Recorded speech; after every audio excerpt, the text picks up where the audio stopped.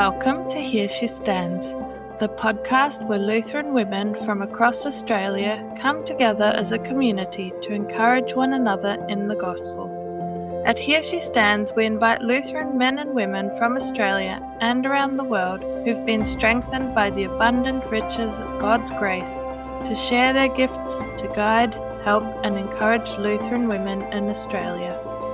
As we learn from their stories, theological insights, and creative gifts, we pray that the lives of Lutheran women will be enriched as they continue the conversation and consolation with each other, growing in faith in God and in love for those they serve. We do this so that when the trials of this world push us down, we can hold fast to the Word of God and confidently say, "Here I stand, I can do no other."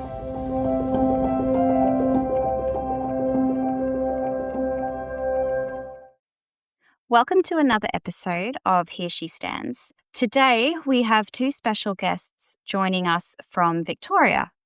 We have Pastor Matthias Prenzler, who is an LCA pastor and the Victorian Tasmanian District Assistant to the Bishop.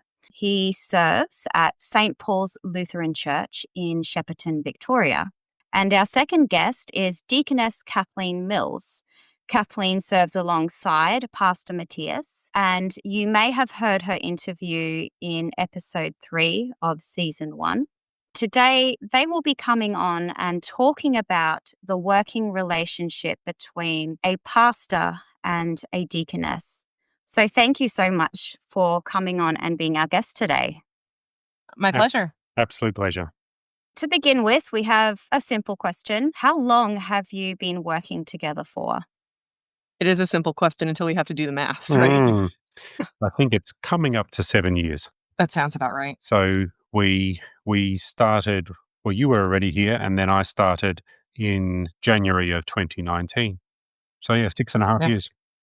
I suppose anywhere else, the next question would be a little bit odd, but here in Australia, we don't have a deaconess program. We don't really have deaconesses other than you, Kathleen.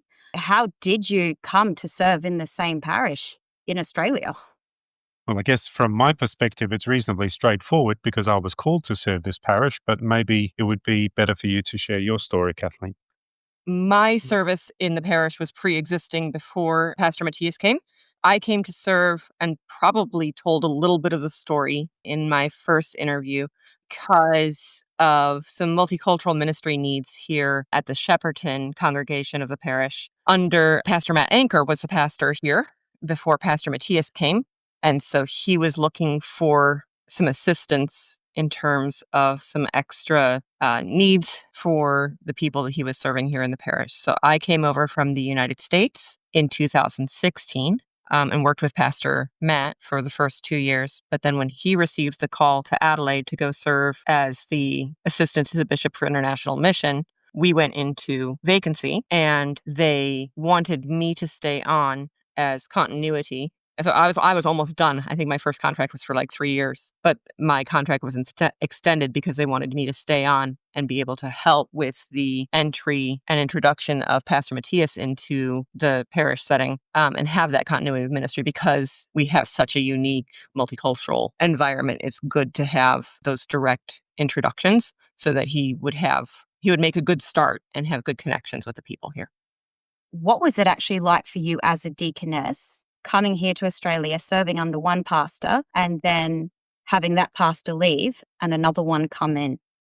It's not something foreign to me. So Matthias is actually the 4th pastor I've worked with in the course of my deaconess ministry.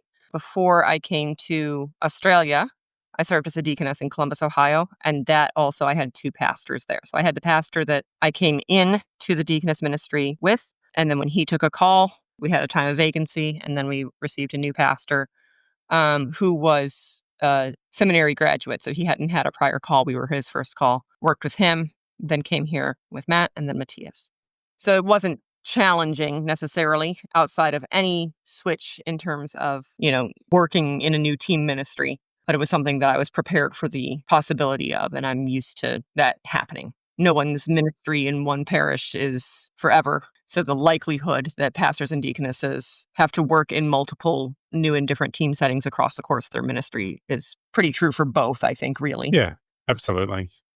The next two questions, they actually have to do with what is the role of the pastor and what is the role of the deaconess.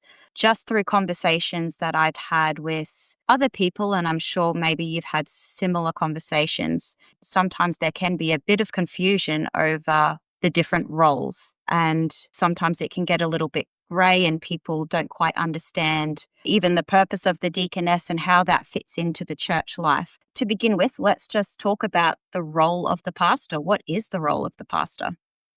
Yeah, I remember when I was in the process of discerning the call to come here, I had a conversation with Kathleen, and as part of that conversation, we were discussing the roles of pastors and a deaconess in this situation. Kathleen put it this way. She said, "Your job is word and sacrament ministry, and my job is to help you with that, to make it possible for you to do word and sacrament ministry." And I think that's a good place to start, really. What is the role of a pastor in this kind of pastor-deaconess ministry? The role of the pastor is to focus on word and sacrament ministry. And then in terms of the role of the deaconess, like the joking answer, is his job is word and sacrament ministry, and my job is everything else. But we say that tongue in cheek. The reality is there's so much more that happens in the parish in a given week that does not relate to word and sacrament ministry. And that's where I come along and assist with that. And that's why I was brought in to this parish, because those on the ground mercy care needs are very important. And especially in our African immigrant context, are seen as the proper work of the church. And those needs were very quickly overwhelming Matt's ability to do word and sacrament ministry, because he had all these other needs that were just piling up on top of him, and it was all important. And he was running out of steam to be able to do it all and do it all well. And so when they brought me in, it allowed him to refer a lot of those needs. Somebody's coming in because they got a letter from their landlord. It's a notice to vacate. They've got 90 days to get out. It's very important that we help them. Pastor Matt couldn't help them with that right then because he had other things he needed to do, and that's something that I was able to take care of. So he'd introduce them to me, and I would start helping them through that process. It took about, I would say, 6 months. People would go to Pastor Matt and say, "I need this." And he would say, "Let me introduce you to Deaconess Kathleen. She can help you with that." And we knew that that was starting to take hold when they stopped asking Pastor Matt first, and they finally just came to me because they knew the type of help they needed was something that I could do for them, something that I could help them with. And that really freed up, Pastor Matt's time to be able to go do pastoral visitation. He was still in everybody's homes. He was still doing heaps of work related to the multicultural ministry in this place, but he was able to focus a lot more on the pastoral, sacramental aspects of that ministry, because I was here doing the more practical things. So the role of the deaconess is I have teaching responsibilities. I have spiritual care responsibilities. I can go into hospitals and visit, new mums and bubs or somebody who's sick, and doing that on the ground mercy care, physical needs stuff, so the pastor can focus on word and sacrament ministry. Doesn't mean he doesn't do those things. Also, a lot of times we'll hear, well, pastor can do all of those things. Pastors absolutely can do all of those things. But in a parish our size, with the needs that we have, pastor cannot do all of those things. And all the things pastor only has the responsibility of doing all at once, all by himself. And what I'm finding increasingly is when it comes to, let's say, immigration issues, I will occasionally get people coming up and saying, "Oh, can you help me with that?" And I'll have to say, "Look, honestly, Kathleen knows so much more than I do about this area. So I think you'd be better off talking to her. I'm happy to help, but the reality is I'm going to be asking Kathleen anyway to give me advice, because it's just not my area of expertise." So after so many years in this parish, you've developed a whole lot of skills in areas that I simply don't have. You did touch on a little bit of the next question, which is, what does your day-to-day working relationship look like? Who Right. does what? Did you want to just dig into that a little bit more? It's difficult in any ministry to describe your day-to-day work because it's so variable. But I think as a rule, we'll both be in the office in the morning. Often then there'll be other things in the afternoon, like if I'm doing visiting or whatever, I'll usually be doing that later in the day. But of course, that varies considerably. So, for example, this week you had a food share that you were doing on Wednesday morning. So it does change, just depending on the needs, really, isn't it? We try to have a staff meeting of sorts at least once a week. And that includes going through the lectionary for the week, starting to pick hymns and stuff like that. We do that collaboratively just to really give Pastor the opportunity to start getting the texts in his mind for where he might aim in terms of preaching. And that's just a good time for us to have also just devotional time that turns into prayer for our community. And so we try to make that a priority every week. That's usually a Tuesday morning because Pastor's roster day off is Mondays and my roster day off is Thursdays. So there's usually somebody in the office, but only, together, not really as often. Sometimes we feel like ships passing in the night because like he said, so, yesterday I was doing the food share delivery. So I was out in the church car taking parcels to different folks in the community. Pastor was here, he was working, but I wasn't. And then by the time I got done, he was ready to go take his lunch and try to do some visitations in the afternoon. So I was in the office and he was gone. But I think that's like any team ministry, really, isn't it? There are contact points throughout the week, but it's very variable. And I guess that testifies to the fact that our ministry roles are actually quite different and can function independently of one another and need to function independently of one another. If we were doing all this stuff together, we wouldn't have time to do everything we both need to do. The whole point is that because there are two of us, more stuff gets accomplished. Do you ever have situations where people request to only speak to you or the deaconess? If we do, I would say it lends more to what Matthias was saying about the skill set that I've developed in my time here. It's not that they are seeking to speak to me because they do not want to speak to Pastor. They're looking to speak to me because they know that what they want assistance with is something that they expect that I'll be the one to handle. There have been situations where you may not have been requested, but you were the more appropriate person. So earlier in our time here, there were some pastoral situations, particularly involving domestic violence. And Kathleen was able to go in and take people to the hospital or to the police, and you were clearly the more appropriate person to do that. I don't think that they would have minded if I had been that person, but it just was more appropriate that you as a woman were able to assist in that situation, or those situations, I should say. Which brings to mind, yes, at least one other situation where either of us could have been called on, and I was the one who got the call. And whenever anything like that happens, that goes back to, our team ministry. I make sure that Pastor Matthias is aware of and across anything in the congregation that he might need to be concerned about. But yes, so there have been a handful of times where that's taken place. I don't really think about it being, they're seeking out deaconess ministry specifically, but I guess they are. It's just what I'm doing, and I'm a deaconess, so yes. Pastor Matthias, when you were in seminary training to be a pastor, what was that like in regards to learning how to work alongside deaconesses? Was that something that was covered in seminary training? No, not really. The fact that there's only one deaconess and Kathleen was trained in the States, deaconess ministry wasn't something that really featured very prominently at all in my seminary education. And to be honest, I don't know if I'd say that team ministry at all featured very prominently. It was discussed, and some of the considerations were included in our seminary training, but it wasn't featured very strongly. I probably learned more about team ministry generally while I was on vicarage. I vicared at a large multi-staff congregation, and I learned a huge amount about working in a team and team ministry generally in that environment.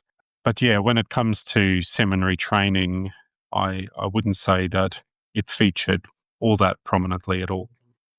And what about you, Kathleen? What was it like for you when you were training to be a deaconess? So for me, my training, it was very intentional. The training that I have received took place at Concordia Seminary in St. Louis. And that was done in a small cohort. I think we had 9 in my year, ladies who were training for deaconess ministry.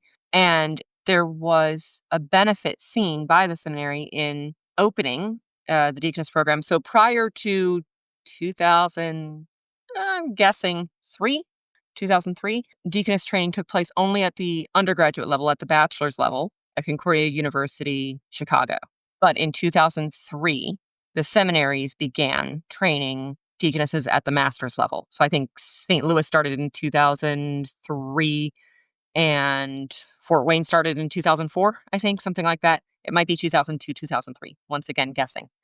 But the intention, the benefit of having the master's program as the seminaries is that you do have deaconesses and pastors training side by side. So some of the coursework was held in unison.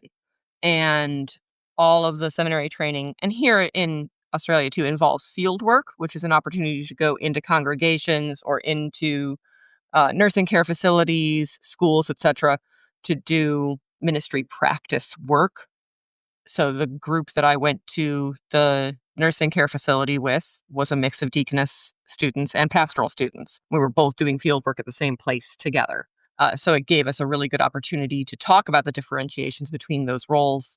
And yes, the training of what it would be like to serve, upholding and supporting the office of the public ministry means knowing what that office is and how the office of deaconess complements it. So the starting point would really be just understanding what the different roles are and then working from there. Definitely. When you first started working together, did you have any challenges? I think aside from a global pandemic, That's the one I was thinking of too. In terms of the work here, no, not really. Actually, I think it was quite a smooth start from my end, anyway. Yeah, I couldn't really figure that there was much to this answer either. I mean, Yeah. obviously, there's always that little bit of, first impressions, kind of learning, one another, learning each other's communication styles, and we became really good. It's funny. We guard one another's time off, our leave, not as a gatekeeping kind of way, but as like an encouraging one another to look after ourselves kind of way. So like, I appreciate that our ministry has been one of care for one another as we're doing this ministry together. And that was something that was, I think, pretty intentional from the start. I agree. And I think in this environment, it's very important as well. We've got to be very intentional about guarding each other's time, I think. Otherwise, we could get calls at all hours of the day and night. Yeah, we've had to be quite deliberate about that. You both seem to work really well together. Have you had to be intentional with making the working relationship successful, or has it just been you both know your jobs, you both know your roles? I'd have to say a both and. I think one thing that did help is pre-COVID, we were pretty good at having regular morning prayer, and then kind of fell out of the habit of that. I like having morning prayer together in the sanctuary, but I think that was a really good way to start. And even in the situation now, it mightn't be quite as formalized, but praying together is important. Praying together as part of our staff meeting, absolutely. But there are other times when challenging situations come up and Kathleen might knock on the door and say, I think we need to pray the litany. And so we sit down and pray the litany together. Is it incidental or intentional? I think it's a bit of both. But certainly praying together is a very good way for any ministry team to work together. And I guess at the beginning, we were more intentional about that because we had to be, because we were learning how to work together. And I think now, just from length of time and settling into the ministry together, that we've been working together long enough that it becomes more of a natural groove. Some of the conversations that I have had with other deaconesses or stories I've heard, there are a few, I suppose, more serious questions relating to some of the challenges that some pastors and some deaconesses face when working together. And one of the challenges that I have heard is that some pastors are uncomfortable working alongside a woman that they are not married to, especially when it comes to situations where they are left alone together. Pastor Matthias, do you have any advice or thoughts on this? Yeah, it was interesting when you first raised this in earlier conversations, and then Kathleen and I spent some time talking about it. One thing that occurred to us is I don't think there's anything more inherently problematic with a working relationship between a pastor and a deaconess than there is in any other working environment where there are men and women working together. So, for example, a pastor and a church secretary, or a pastor and a female lay worker. But at the same time, I think common sense goes a long way too, and an attitude of professionalism is important as well. So the fact that when we're in the office here, the door is open, people can come in and out at any time. I think there's some basic common sense accountability, and that's a very useful thing, I think, too. Is there anything you wanted to add to that, Kathleen? Any thoughts? Yeah, I think of all the questions that we discussed in advance, this is the one I think we spent the most time on. Yeah. And the other thing that really came out in our conversation with one another is that we might be at a particular advantage in our particular context because both of us are married. Yeah. So, my working relationship with Matthias is quite professional, and his wife is basically my sister. Like she's my friend, and we hang out, and our families can be in ministry together, a recognition that our families are part of our ministries, and Matthias and my husband, Joel, can go out and have a beer and hang out with one another and discuss ministry life so pastor can have kind of that safe relationship with my spouse, and I can kind of have that safe relationship with his spouse, and that can keep both of our families more comfortable about the working relationship.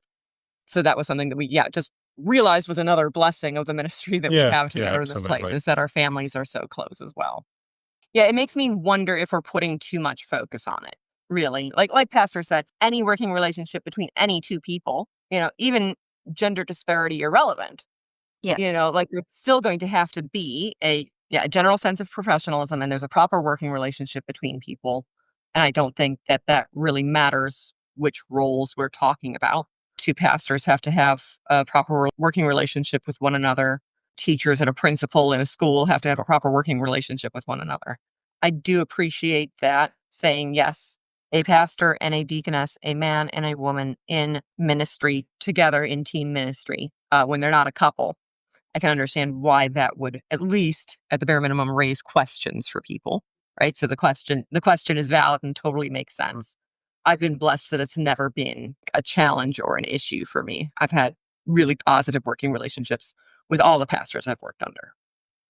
Another comment that I have often received is that some deaconesses find themselves serving in situations where their skills or their abilities may be overlooked or undermined, and they're treated more like cleaners or given the jobs that nobody wants to do, and they feel like they're just not being able to serve in the capacity that they want to serve. They're treated more like gophers rather than theologically trained women who want to serve the church and serve Christ's body in a deep, meaningful way.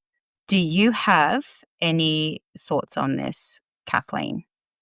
I appreciate this question. I know deaconess sisters in America who I've heard have had struggles in this regard in terms of their role as a deaconess in their calls, or even their calls just not being honored or recognized in the same way, being let go from calls because of finances, all kinds of stories.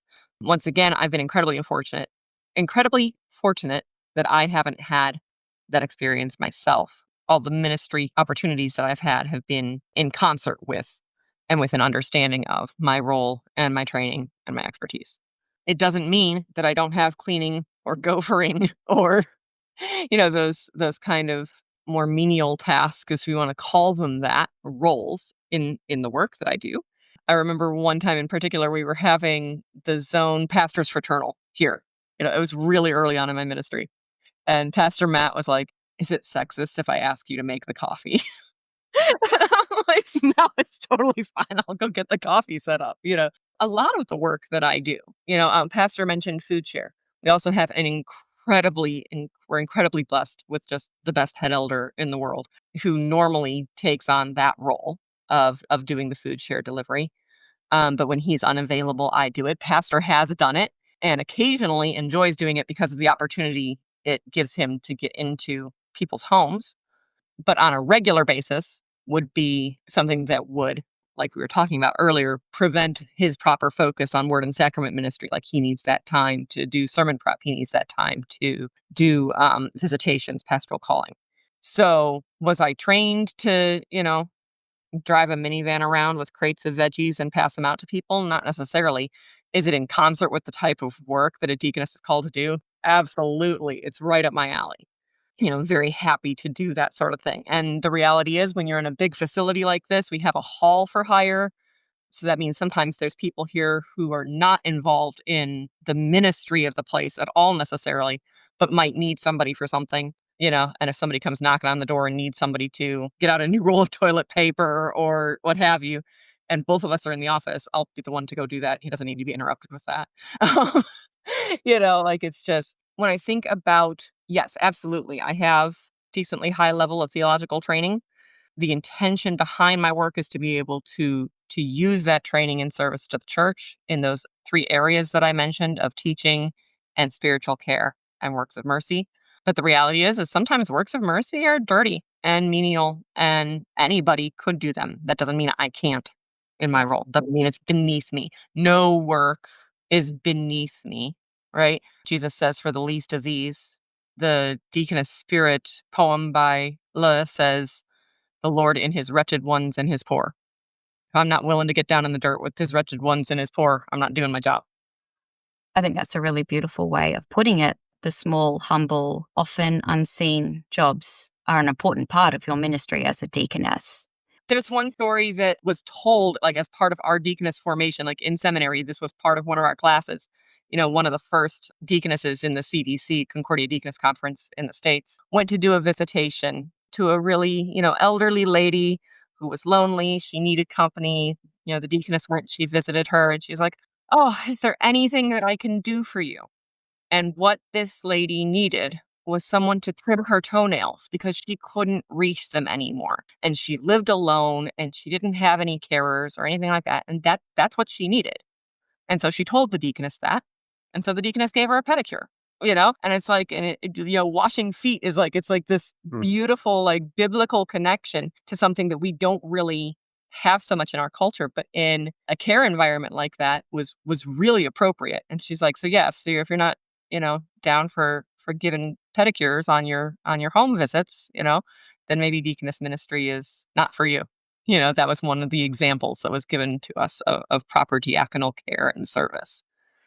I don't want to discount the deaconesses who have problems with people not recognizing their ministry. I don't want to say that that's not a problem and not an issue. Like I said, I have heard stories where deaconesses were not used in a way that was appropriate to the office. And that is a challenge. And the only advice I could give to somebody, someone who is a deaconess or somebody who's thinking of training to be a deaconess, is to make sure when you're entering into a ministry setting, considering a new call or something like that, that you have really clear conversations outright with not just the pastor, but also the other church leadership, the chairman, the church council, so that everybody has a really good understanding of what the role of deaconess is and what your expectations and job description is, what you're capable of, what would potentially be more appropriate to have a different kind of lay worker do, or maybe you need your deaconess to equip your volunteers to do some of that. There could be opportunities for lay service. Is it my job to go get a toilet roll if it's out when I'm here? Yep. Is it somebody's rostered job, every week that a member of our church comes in and cleans? Yep. So just really clear expectations about the role and what work a deaconess would do is really important. Yeah, I think that's really what it comes down to, isn't it? It's outlining expectations, and maybe you know more about this, Kathleen, than I do, but I have heard it said that in earlier years when there was a deaconess program in the Lutheran Church in Australia, it was this area that caused it to stumble in many ways. Yeah. That you had these deaconesses going out and essentially being used as church secretaries. That's what I've heard anecdotally anyway. I think having the expectations spelt out very clearly, but also understanding that what do you send somebody to go and receive a theological education for, and how can you use those skills most effectively? And I think there needs to be a good conversation about that, even for a congregation that's wanting to set up a deaconess ministry. They need to have some pretty clear ideas of what they want to achieve through that. Otherwise, you are going to get a lot of confusion and dissatisfaction. Pastor Matthias, you've worked as a pastor in a parish with a deaconess, and I take it you've also worked as a pastor without one. Did you find that there was a huge difference between the two experiences? Do you think every pastor should have a deaconess? That's a really good question, and a multifaceted question. My experience, this is the fourth parish that I've served at as a pastor, and 3 of the 4 parishes that I've served have had some element of team ministry. And I don't think my experience is typical of many pastors in the LCA for that. So having that really quite extensive experience of team ministry, I would say that working with Kathleen has not been an unfamiliar experience for me. I think where it is different is that there are some more delineated roles, really. Working with a deaconess is different from working with another pastor, and it's different from working with somebody who's a youth worker, or working with somebody who's in a more administrative role. And how is it different? I think it would come down to the breadth of the deaconess training and the fact that you're able to work in a whole lot of different roles. I mean, in this parish, there are administrative aspects to the work that you do here.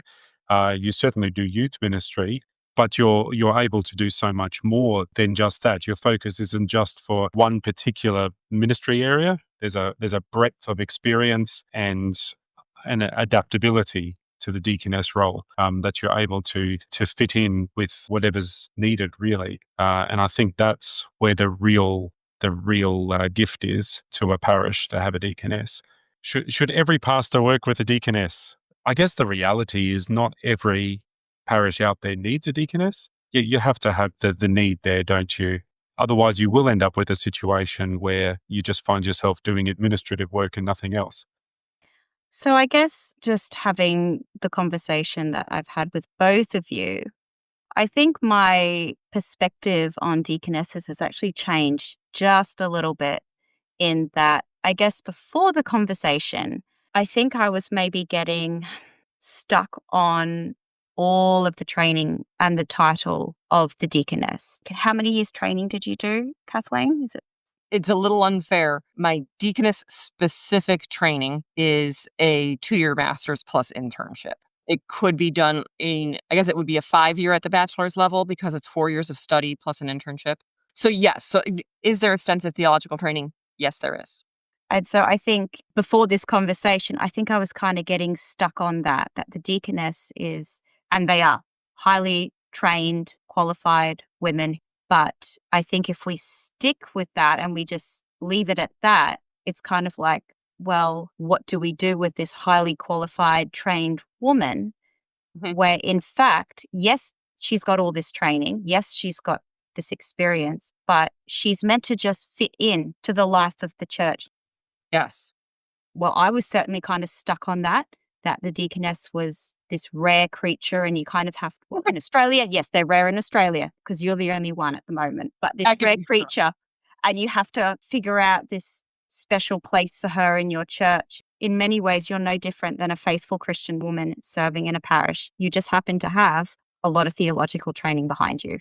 You think about, specialist training in other areas of, the secular world. A neurosurgeon is incredibly specialized. It doesn't mean they're incapable of taking basic vitals and taking your temperature. right? Hmm. And that's still within the scope of the work that they're called to do. Some would see it as unnecessary, but you wouldn't want a neurosurgeon to ever lose that skill, right? To not be able to function in that way. Yes, they're really specialized, but they're still a doctor, a medical professional, right? So a deaconess, has high levels of training. And I think, with the way the pastor was talking about, he's worked with another pastor. It's not the same as that. He's worked with a youth worker. It's not the same as that. Deaconesses are the shapeshifters of the Hmm. of the lay worker catalog. You've met a deaconess and you've met a deaconess, because the work that we do can be so varied. Because God gives different gifts and skills to his people, and then goes and throws you into situations where he expects you to use them. One helpful way of thinking it through is that the office of deaconess is vocational. Your training prepares you for that vocation, but what motivates you isn't the fact that you're trained to do it, but that you're called to do it. This is your vocation. God has called you to serve his church as a deaconess. And I think that can be quite a helpful way to think it through. I wonder, going back to the medical analogy that you used before, Kathleen, to what extent a deaconess is the nurse practitioners of the ministry world. I think you have your training allows you to work quite independently and competently in a whole lot of different fields without being a pastor. I think it is quite helpful to consider how your training gives you the ability to think critically and to engage on that higher theological level, which is a wonderful gift that then you can bring to the whole ministry team. And that's possibly one big difference between the office of the deaconess and then a lay worker. And that's not to say that there aren't some very highly trained lay workers out there either.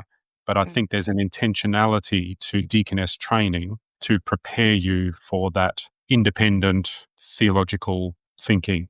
And I mean, that's a wonderful gift then to a ministry team with a deaconess and a pastor, that we have extremely in-depth theological conversations on a whole range of topics. And it's rare to be able to have that conversation with somebody who isn't a pastor. But the fact that you've got that level of training, I find that a very valuable contribution then to ministry together, that we can engage on that level. We've been blessed to serve together, and it is a unique collaboration. The combination of pastor and deaconess ministry, it is different than what a lot of other people have the opportunity to do. There are definite benefits to it. There can be some potential challenges with it, but if you navigate it well, it can be an incredibly fruitful team ministry option. Pastor said not all parishes may need a deaconess. They all need pastors. Like we all, pray to the Lord to send workers into the harvest, because they all need word and sacrament ministry. But as a congregation, begins to flourish, they're going to have additional needs outside of that. Mm. And pastors can do that alone, whether it's a deaconess or somebody else. It's not good for the man to be alone. It's nice for anybody who's in a ministry setting to have somebody to work with. And I think, yes, thinking of it as encouragement for team ministry, from a pastor's perspective, I think many of us were trained more or less as a one-man band, and that was kind of the mindset of ministry. That, and you still do come across that in ministry, people who think the pastor is the be all and the end all of the church. And I think it's wonderful then to, I guess, push back against that a bit, and to challenge it generally, and to ask, well, how is it that working with another person then can free me up as a pastor to focus on the word and sacrament ministry that we've been called to do. And I think it's good for pastors to have that openness, and not to be so precious about guarding the role for ourselves, guarding everything for ourselves, but to look at ways that we can work with other people and do that appropriately, and to do that for the good and blessing of the church. And I think having the opportunity to work with Kathleen as a deaconess has taught me a lot about the breadth of the church's ministry, and the way that we can work together within that, with different roles, complementary roles, but nevertheless for the good of the church. Thank you so much for this conversation. It's actually been really helpful for me, and I'm sure it's going to be very helpful for many of our listeners. So thank you so much, and God bless you both. Thank you. God bless you too. Blessings. Thanks so much. Creative Word Fellowship and the Here She Stands podcast are pleased to bring you a women's retreat on prayer. She Prays is an intergeneration event for all women aged 16 and older. Join us overnight or just for the Saturday as we learn about prayer from the scriptures and our Lutheran confessions and learn to pray psalms and hymns. Our first retreat is in Victoria from the 17th to the 19th of October at Araluen Lutheran Camp in Anglesea. Our second is in South Australia from the 24th to the 26th of October at Nunyara Conference Centre in Belair. Cost for the full weekend is $252, with a 50% discount available for full-time students. To find out more information or to register for one of our retreats, go to cwfellowship.net/she-prays.